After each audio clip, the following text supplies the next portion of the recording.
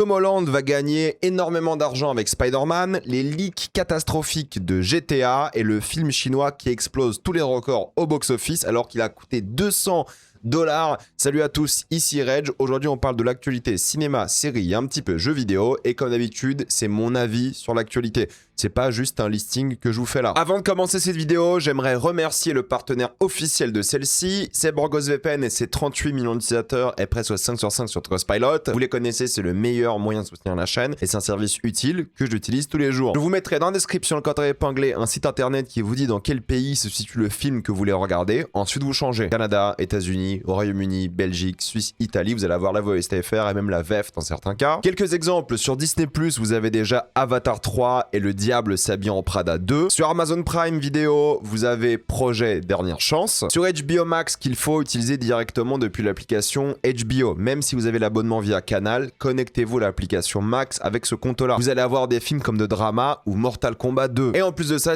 Borgos propose des serveurs dédiés et optimisés par plateforme de streaming. Pour les gros consommateurs de YouTube, vous allez avoir YouTube Premium pour beaucoup moins cher. Vous prenez un pays de l'Union Européenne parce que c'est plus simple et ça marche encore aujourd'hui. Il y a des tutos qui vous disent comment faire. Hop, Roumanie, Bulgarie et c'est plié. Ça marche sur plein d'abonnements comme Letterboxd Patron aussi. Vous le savez, il y a certains sites internet qui vous demandent une carte d'identité aujourd'hui et personne n'a envie de la mettre afin de se Anne Hathaway en paix. Donc, utilisez un VPN. De même, quand vous regardez des films d'une manière très spécifique, hein, clin d'œil, utilisez un VPN pour être en toute sécurité. Vous pouvez partager un compte avec cette personne. Total, c'est disponible sur tous vos appareils préférés et c'est super simple d'utilisation. Vraiment, tout le monde peut le faire en quelques clics. Vous pouvez essayer par vous-même car vous êtes satisfait ou remboursé sous 45 jours et vous avez une assistance technique en français 24h7. Utilisez le lien dans la description, encore épinglé, afin de vous abonner à BorgosVPN et bénéficier de 83% de réduction plus 4 mois gratuits. Foncez sur l'offre. Tom Holland va supposément gagner plus de 100 millions de dollars avec Spider-Man Brand New Day. C'est très simple, en gros, quand tu as un acteur comme ça, quand tu portes un gros film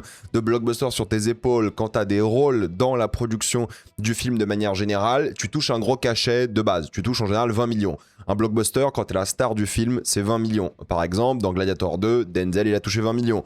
Les grosses stars comme ça, c'est 20 millions. C'est à peu près la règle. Parfois, c'est un peu moins, parfois, c'est un peu plus. Mais voilà, pour un gros film, c'est 20 millions, surtout chez Marvel. C'est pour ça qu'il y a beaucoup d'acteurs qui vont bosser chez Marvel. Mais quand tu as un acteur comme ça, qui a une réputation, qui est connu, qui vraiment fait vivre une franchise comme Tom Holland avec Spider-Man, tu as souvent un bonus. Voilà, c'est un bonus de prestige et c'est un bonus sur le box-office.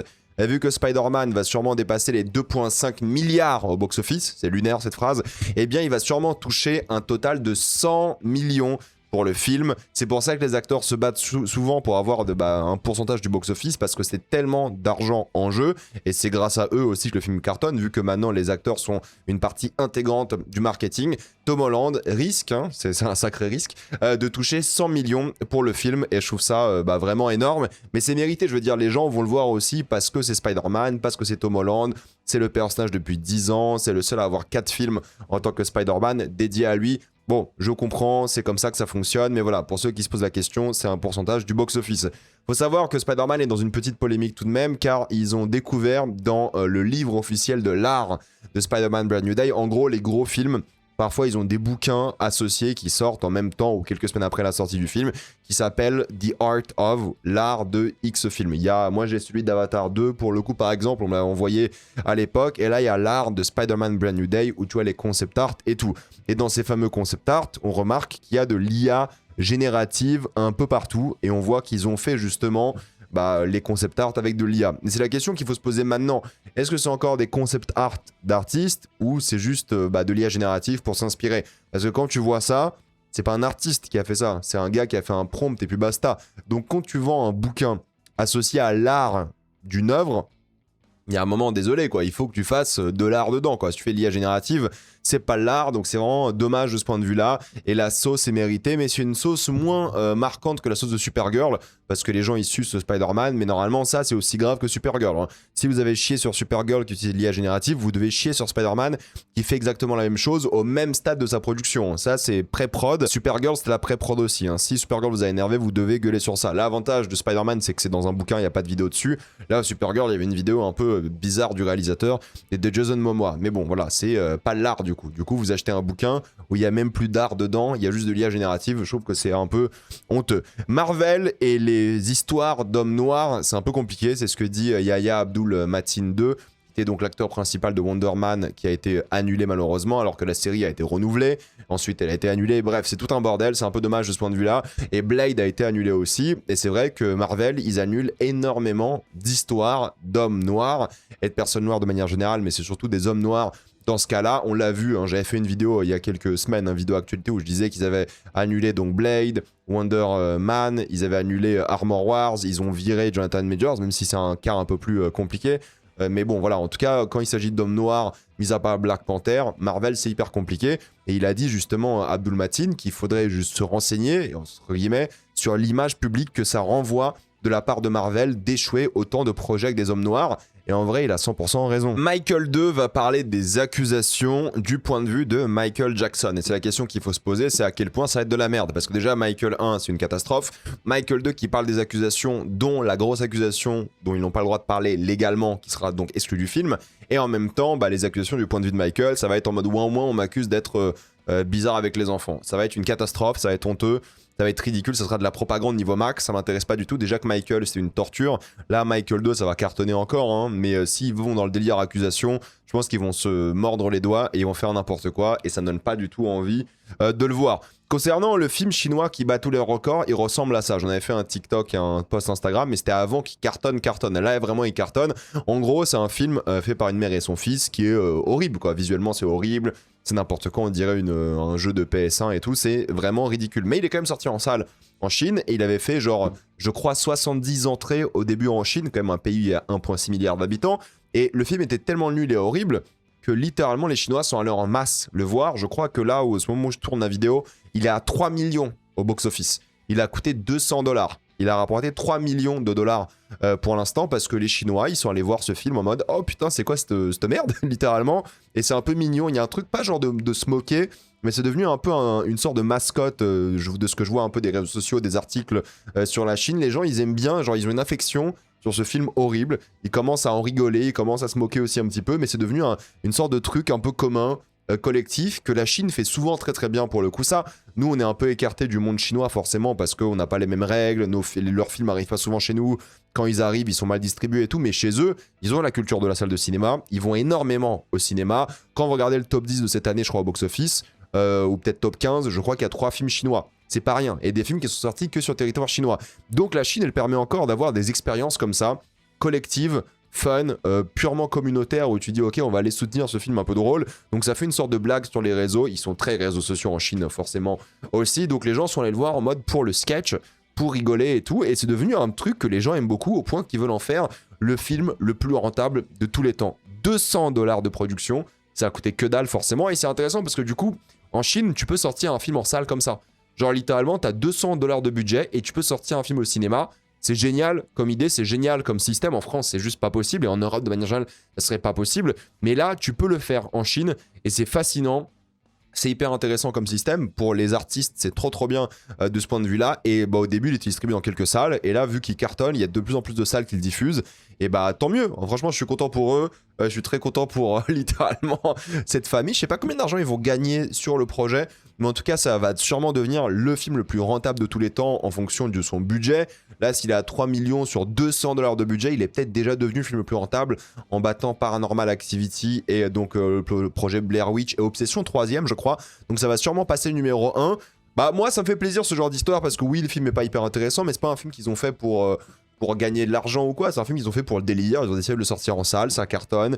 Il y a une sorte d'événement, il y a une sorte d'affection qui s'est créée par rapport autour du projet. Et ça crée un truc assez unique qu'on pourrait pas avoir chez nous en Europe. Et en vrai, c'est trop mignon, c'est rigolo, ça fait pas de mal à l'art. Au contraire, ça finance les cinémas, ça finance peut-être cette famille qui s'est tapé un kiff et du coup, ça cartonne. Mais oui, il y a plein d'extraits qui sont disponibles en ligne, sur les réseaux. J'ai même réagi à quelques extraits sur Instagram et TikTok. Et franchement, c'est à mourir de rire, quoi. C'est à mourir de rire comme histoire qui fasse cartonner autant un truc. Et c'est drôle de se dire, ok, on a sorti un film qui a coûté que dalle et on va aller battre des records, quoi. Et la Chine, sur ça, ils sont très forts. Et moi, ça me fait un peu sourire. Je trouve ça assez adorable. Donc, le film s'appelle New Lie. J'ai sûrement hyper mal prononcé. On en reparlera quand il aura vraiment battu le record, si vous voulez. Mais là, pour l'instant, c'est un vrai phénomène là-bas. Peut-être il sera distribué chez nous si un jour... Moi j'ai demandé, hein. Moi je suis chaud pour acheter les droits. Si on arrive à racheter les droits pour pas cher et le distribuer en France, moi je suis chaud pour qu'on se tape un délire avec. Hein. Je suis chaud pour distribuer le film. Si vous êtes un distributeur, contactez-moi. On va choper les droits et on diffuse ce film en un week-end en France ou un délire comme ça. On peut vraiment se marrer, j'en sais rien, mais en tout cas, ça serait rigolo à faire. Ensuite, il y a un autre record qui a été battu, c'est le record du film R-rated, qui a le mieux marché de l'histoire du box-office. Avant, ce record était détenu par Deadpool et Wolverine. Maintenant, c'est l'Odyssée. Quel plaisir que ce soit l'Odyssée qui dépasse Deadpool et Wolverine. Pourtant, j'aime bien Deadpool et Wolverine. Hein. Je suis pas un hater du film, mais c'est que l'Odyssée mérite plus. C'est un phénomène, c'est un super film pour le coup. Et même Ryan Reynolds, il a fait un petit commentaire sur le réseau avec une blague nulle, comme d'habitude. Mais il a dit, voilà, il est content que ce soit l'Odyssée qui est dépassé. Félicitations, tout ça. L'Odyssée va sûrement atteindre les 1,5, 1,6 milliards au box-office. C'est lunaire. C'est vraiment un truc de fou. C'est un record pour Nolan. C'est trop bien. L'été cinéma avec l'Odyssée Spider-Man pour les ciné, c'est trop une bonne nouvelle. Ça cartonne, les gens ils vont en salle, ça fait grave plaisir. Et encore une fois, quand les gens ils vont en salle, ils vont voir d'autres films. Je pense que Spider-Man sans l'Odyssée aurait moins bien marché. Parce que déjà il y a Tom Holland dans l'Odyssée, donc ça booste. Mais surtout qu'il y a cette culture où on se dit, ah bah il y a un été où il y a 2 gros films et les gens vont en salle. Et ça c'est hyper intéressant. Et moi ça me fait grave kiffer, je trouve que c'est vraiment trop cool pour les salles de cinéma. Si on parle de film qui a l'air trop bien, c'est Dune 3 évidemment. On sait que le film aura 71 minutes en IMAX. Vous savez, mis à part l'Odyssée, les films ne sont pas diffusés en IMAX 110 mm tout le long du film. D'ailleurs pour Dune 3, c'est même pas de l'IMAX 110 mm, c'est de l'IMAX numérique au format 110 mm. Bref, peu importe, en tout cas il sera diffusé en 70 mm, donc ce sera un peu du faux IMAX, mais pas trop à la fois. C'est compliqué, on en parlera quand Dune sortira, mais en gros pour Dune 3, il y aura la moitié du film, le film va durer 2h20 visiblement, et la moitié du film sera en IMAX. Et pour ceux qui sont allés voir l'Odyssée en IMAX 70 mm, vous avez vu donc l'extrait de Dune 3 en avance, et vous avez remarqué que dans l'extrait, le format il change.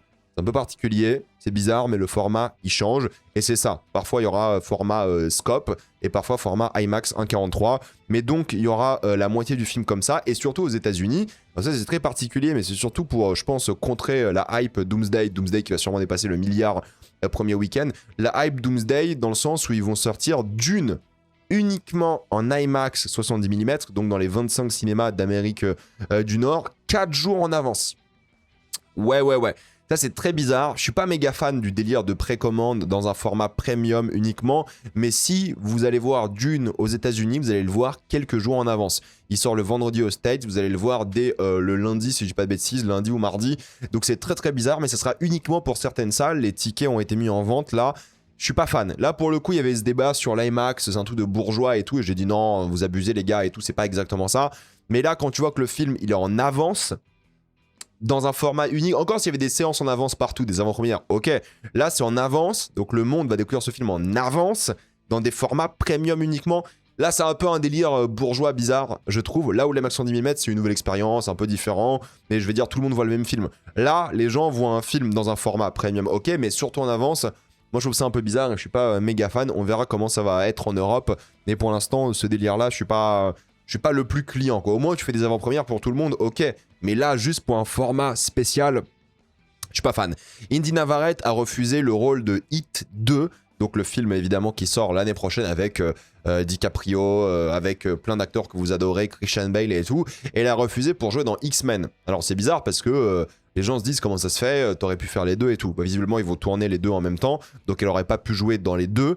Et elle a refusé Hit 2. Et les gens se disent, surtout les cinéphiles, putain, tu refuses un grand réalisateur, ce qui est vrai. Tu refuses un rôle dans un film qui sera sûrement culte, à voir, hein, c'est pas sûr, parce que le bouquin, c'est pas un bouquin qui est extrêmement adoré non plus, dont sera adapté le film. Mais les gens se disent, c'est pas normal. Moi, je vous dis encore une fois, un truc, comme j'ai dit sur les réseaux sociaux, Indy Navarrete, et je l'ai dit sur YouTube la semaine dernière, Indy Navarrete, c'est pas une cinéphile, hein, c'est une meuf qui adore Coogler, Nolan, ce genre de truc. Michael Mann, c'est pas sa génération, il en a absolument rien à foutre, je pense, de Michael Mann. Et surtout, le rôle de Hit 2, je pense qu'elle aurait joué la copine. Elle aurait joué la femme de l'un des gros acteurs. Hit, c'est une licence maintenant, du coup, hyper masculine. Le rôle féminin aurait sûrement pas été intéressant. Donc, ou tu joues en one-shot dans un film comme ça, où t'as quelques scènes avec peut-être des acteurs connus, avec un réal connu, ou tu joues dans une licence que tu kiffes depuis toujours, parce qu'elle est fan de Marvel, elle en parle depuis toutes ses interviews, depuis Obsession, là, ou tu joues dans une licence qui va te nourrir vraisemblablement toute ta vie. Genre ça c'est l'intelligence financière. Hein. Alors ok on peut dire artiste et tout, mais artistiquement c'est son délire à elle, ok. Mais surtout c'est un rôle qui va la nourrir toute sa vie. Genre elle va jouer dans X-Men, elle est finie. Genre financièrement c'est bon. Elle peut prendre sa retraite à 30 ans. C'est terminé. Donc à un moment quand c'est un acteur comme ça, vous n'avez pas bossé depuis 1 an et demi et d'un coup tu as une opportunité qui va financer ta vie pour toujours. pour toujours. Et ensuite, quand t'as vu d'autres acteurs du MCU, je sors une vidéo sur Sebastian Stan demain, quand tu peux encore jouer dans des rôles intéressants à côté ou après, c'est bon en fait. C'est bon, le choix il est évident. Moi je suis désolé, il y a Michael Mann et X-Men. On me dit Michael Mann, t'as un petit rôle peut-être à la con oubliable. Et X-Men où tu vas grailler à vie, ou allez au moins 15 prochaines années, tu seras super bien. Et ensuite tu pourras faire les rôles que tu veux à côté, parce qu'on va pas tourner des X-Men tout le temps. T'auras peut-être un film tous les ans à côté. Tu choisis X-Men. Je suis désolé, hein, surtout qu'X-Men c'est X-Men. Hein. C'est pas Avengers, c'est X-Men. Les X-Men, c'est sérieux, les gars. C'est un autre délire, hein, pour le coup. Donc, mais Madame Driver est dedans. Donc, il y a un moment, je comprends 100% le choix. Elle a aussi refusé un film d'horreur. Elle a refusé plein d'offres à 7 chiffres et tout. Et je la comprends, les gars. Je la comprends à 100% pour le coup. Les gens, ils pensent que je suis là à la défendre et tout. Mais juste réfléchissez. C'est un choix tellement logique. C'est un choix naturel. Et juste... Encore, c'était le rôle principal dans Hit. Hit 2. Bah, Hit 2, ça va flopper, les gars. Hein. Hit, c'est fini, hein. Hit, la nouvelle génération, n'en a rien à foutre de Hit. Hein. Hit, c'est trop bien, moi j'adore, c'est un chef-d'œuvre et tout, mais Hit, ça a pas bien marché. Hein. Hit, c'est pas un truc que les gens, la nouvelle génération, elle, hein, elle a 25 ans, elle est plus jeune que moi, hein, 26, je crois, un truc comme ça. C'est pas un truc de la nouvelle génération Hit, c'est un truc de daron. Hit, c'est sorti en 95. C'est les darons qui aiment Hit, c'est hyper masculin et tout. C'est normal qu'ils décident de pas jouer dans Hit. Moi, je trouve ça hyper logique, quoi. Bref, après, chacun son avis, hein.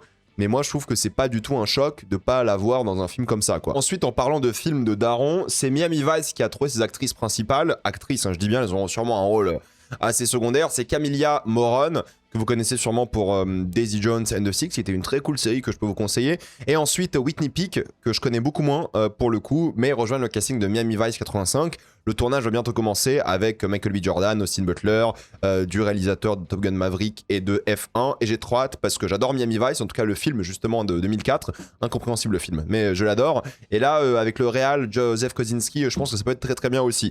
Tombé du ciel, cartonne en France, hein, presque 500 000 entrées la première semaine. C'est l'un des meilleurs démarrages de l'année, c'est le 4e meilleur démarrage de l'année. C'est un énorme score. Pour le coup, j'en ai rien à foutre. Voilà, moi personnellement, ce genre de film, je vais pas voir, ça m'intéresse pas. Apparemment, il y a quelques polémiques de certains chrétiens et tout, mais vu le film, quand les gens ont vu le film, ça les dérange pas parce qu'il y a beaucoup de respect pour les religions et tout. Ça m'intéresse absolument pas du tout, mais en tout cas, c'est un succès et tant mieux pour le gars. Je suis content pour lui, mais moi, j'irai pas voir ça. Adèle Exarchopoulos va jouer dans son premier film hollywoodien avec Zoé Kravitz et un film de Megan Park. Megan Park, elle a fait surtout récemment de Fallout avec Jenna Ortega, qui était pas mal. Que j'ai bien aimé sans plus, mais voilà, elle aura son premier rôle hollywoodien et je pense que ça peut être vraiment intéressant parce qu'elle choisit généralement des projets assez intéressants. Nous avons aussi des actualités concernant le prochain film de Ridley Scott, c'est Treasure Island, La planète au trésor. Le film Disney a été inspiré de ce bouquin, mais dans l'espace. Là, ça sera la version classique, entre guillemets. Donc Ridley Scott avec donc Hugh Jackman, et c'est assez curieux, mais c'est la première fois que Hugh Jackman et Ridley Scott vont bosser ensemble.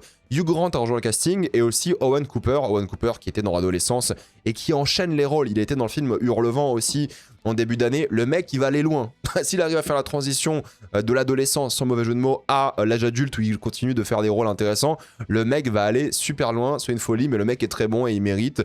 Donc là, Treasure Island, moi ça me chauffe. C'est un livre que j'avais écouté à l'époque, qui est vraiment sympa, qui donne envie. Ridley Scott derrière ça, ça va être génial. Donc j'ai trop hâte de voir le projet et revoir peut-être Hugh Jackman en... j'allais dire pirate, mais c'est pas vraiment des pirates, c'est un peu compliqué. Oui, ça peut être cool si c'est lui qui joue voilà, le mec dans le bateau, dans le navire, ça peut être intéressant à voir ce que ça va donner. Il a déjà joué un pirate hein, dans Peter Pan, donc c'est pour ça que je pensais à ça. Et oui, moi je suis fan, et surtout Ridley Scott, il a dit qu'il va jamais prendre sa retraite. Merci Ridley Scott, on aime beaucoup ce que tu fais, j'ai hâte de voir ton film. La semaine prochaine, Francis Ford Coppola va tourner son prochain film. Il s'appelle The Glimpses of the Moon, c'est l'adaptation. C'est un film qui va être tourné en Italie, c'est une comédie musicale. Top. Faut savoir que Coppola il est assez malade, il a eu une opération du cœur il y a pas longtemps, mais il veut continuer de bosser, il veut continuer de faire ses films et tout, donc là c'est fait une comédie musicale en Italie. Moi je suis chaud, ça peut être vraiment hyper intéressant. J'ai hâte de voir ce que ça va donner l'année prochaine ou dans 2 ans. Mais en tout cas voilà, le mec se donne à fond, il fait finir sa vie en faisant des films aussi, donc en vrai c'est intéressant et je respecte. Qu'on aime ou pas ces films, c'est quand même assez bien. Ensuite nous avons les bandes annonces de films qui ont été diffusés cette semaine avec le roi du game. Alors moi j'étais invité à un événement TikTok il y a quelques mois où j'ai vu plein d'extraits du roi du game. Il y avait Eric Judor qui était là, il a vite fait parler avec moi, vite fait.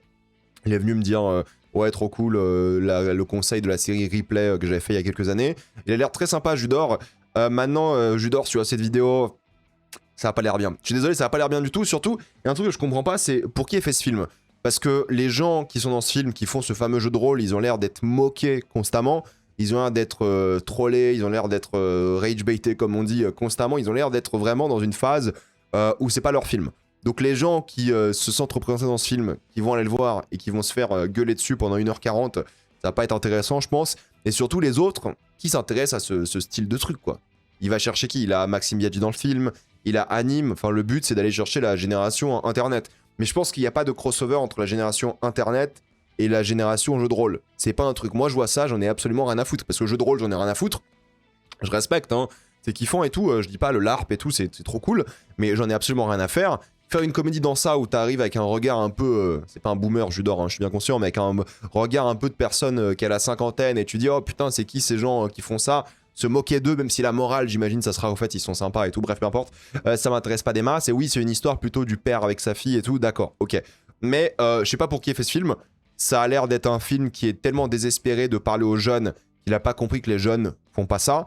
Donc je sais pas pour qui a fait ce film. Après il peut avoir du succès, et moi je souhaite du succès à tous les films, encore une fois. Mais je sais pas pour qui a fait ce film, je sais pas ce que ça va donner, ça a pas l'air hyper intéressant. Maintenant voilà, s'il est bien, j'en sais rien. Mais moi ça m'attire pas du tout et je sais pas ça attire qui ce genre de film. Ensuite nous avons la bande-annonce de Wildfall, c'est la deuxième bande-annonce, ça a l'air trop bien. Désolé, hein, il y a quand même un mec qui se fait engloutir par une baleine, je le répète, la nouvelle bande-annonce elle tue, et il est en huis clos dans une baleine. C'est Austin Abrams quand même, Austin Abrams il sort de Weapons.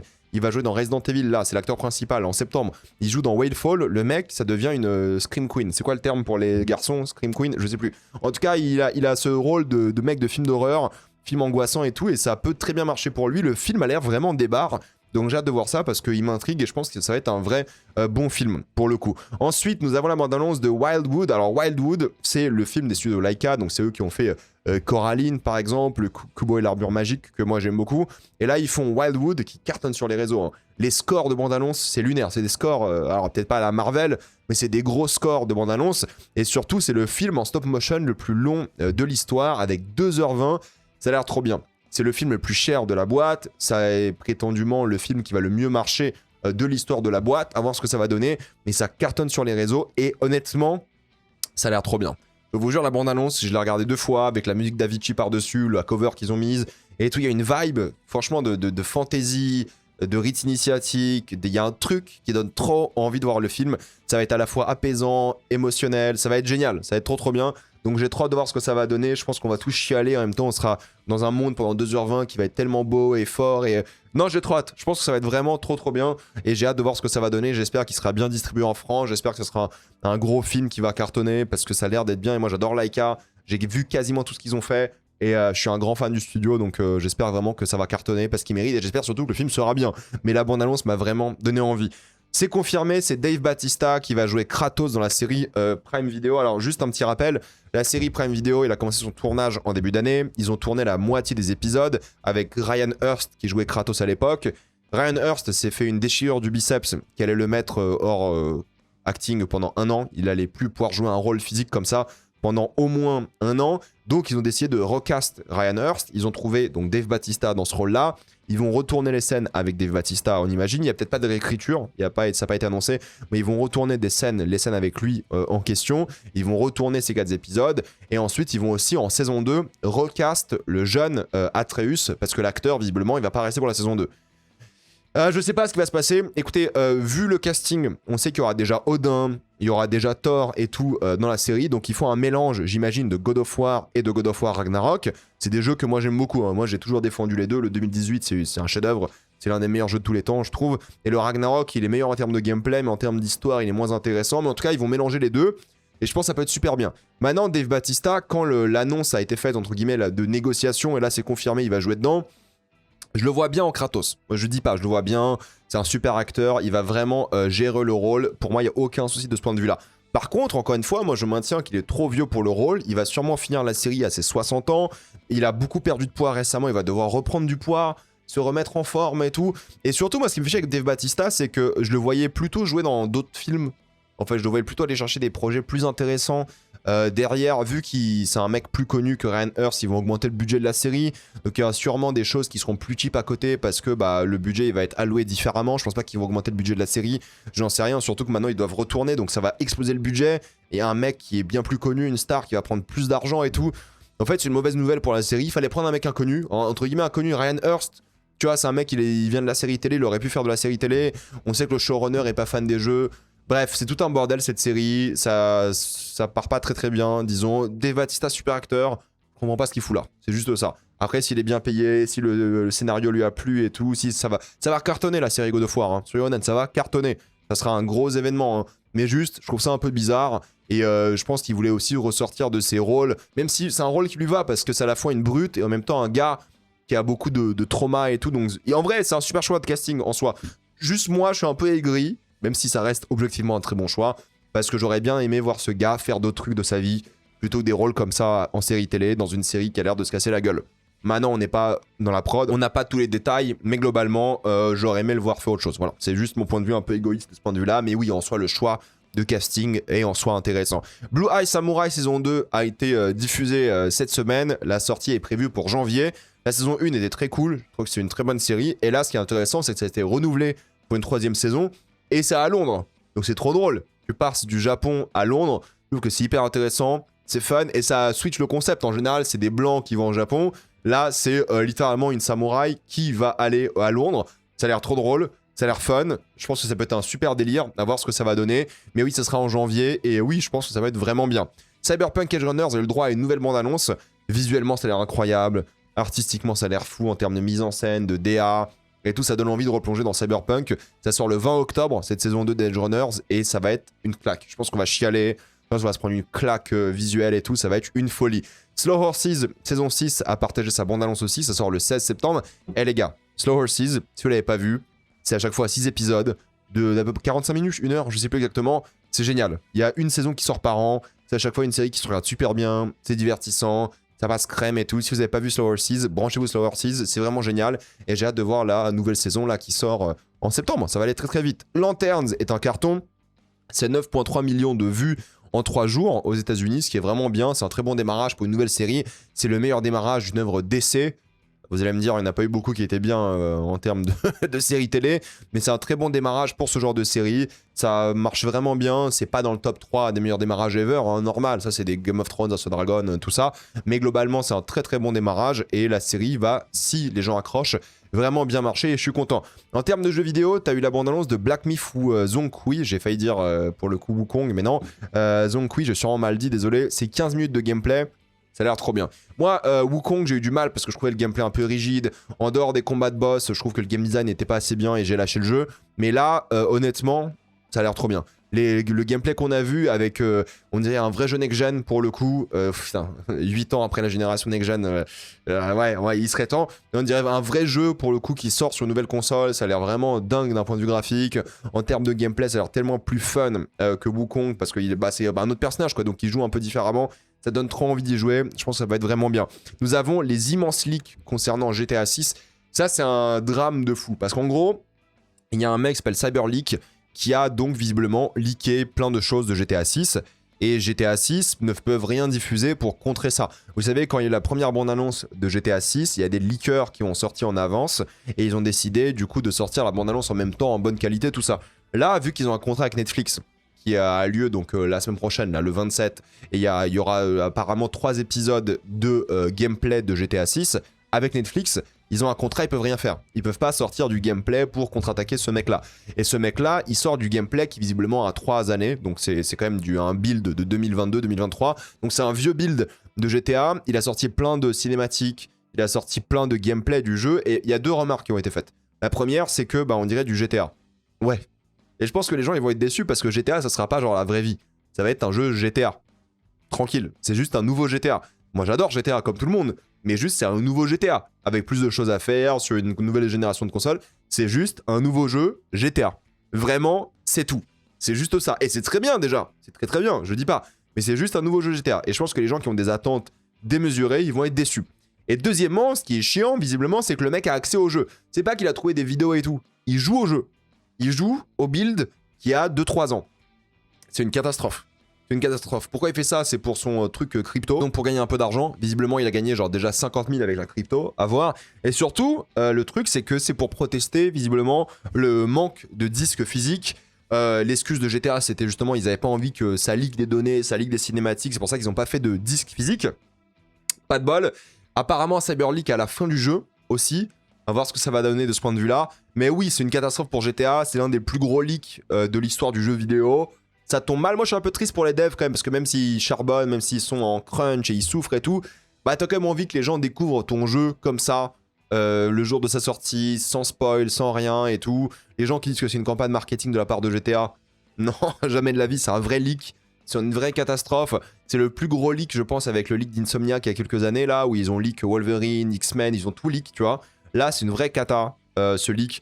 Il leak beaucoup de choses, on voit plein de trucs en avance et tout. Même si c'est pas des trucs définitifs, le fait que Rockstar puisse pas répondre, qu'ils aient rien de ce point de vue-là, à cause sûrement du contrat avec Netflix, ils ont sûrement trouvé le gars, parce qu'il a arrêté de poster depuis 24 heures, là. En tout cas, quand vous voyez cette vidéo, quand je tourne, il a rien posté. Peut-être quand vous voyez la vidéo, il aura posté d'autres trucs. Mais en tout cas, c'est une catastrophe, quoi. C'est l'un des plus gros leaks de l'histoire du jeu vidéo, quoi. Je crois que vous en rendez pas compte. Ça a jamais été fait avant. L'Insomniac, c'était chaud, mais là, c'est le jeu le plus attendu de l'histoire du jeu vidéo, quoi. Et ça a été leak. Si la fin est leak, c'est chaud. Moi, j'ai vu plein d'extraits du jeu. Moi, je m'en fous des spoils et tout. Moi, j'en ai rien à foutre. J'ai vu des trucs passer sur Twitter. Bon, ça a l'air d'être GTA, les gars. Moi, ça me va, hein. Ça me va, ça a l'air d'être GTA. Ça va être fun, on va s'éclater et tout. Mais c'est vrai que c'est un sacré morceau qui a été leak et c'est une vraie catastrophe et c'est dingue. En vrai, c'est un leak vraiment catastrophique. Les gens se rendent peut-être pas compte, mais c'est vraiment une folie. Donc ouais, on va voir ce que ça va donner, mais la situation est assez grave pour GTA et pour Rockstar. Take-Two a perdu 2 milliards en valorisation boursière, un truc comme ça. C'est un truc de fou, quoi. Voilà, dites-moi ce que vous pensez de l'actualité. Êtes-vous d'accord, pas d'accord? J'ai envie d'avoir votre avis dans les commentaires. Avant de quitter cette vidéo, pensez à utiliser le lien dans la description, le commentaire épinglé, afin de débloquer toutes les plateformes de streaming en toute accessibilité, sécurité avec beaucoup plus d'œuvres. Tout ça pour 2,03€ par mois, plus 4 mois gratuits. Foncez sur l'offre. Pensez à vous abonner à la chaîne pour voir les prochaines vidéos. Mettez un j'aime, ça aide beaucoup la chaîne. Suivez-moi sur tous mes réseaux. Maintenant, toutes les vidéos sont disponibles en mode podcast, mais j'ai aussi un compte Instagram, Twitch et TikTok. Et moi, je vous dis à la prochaine fois. Salut à tous.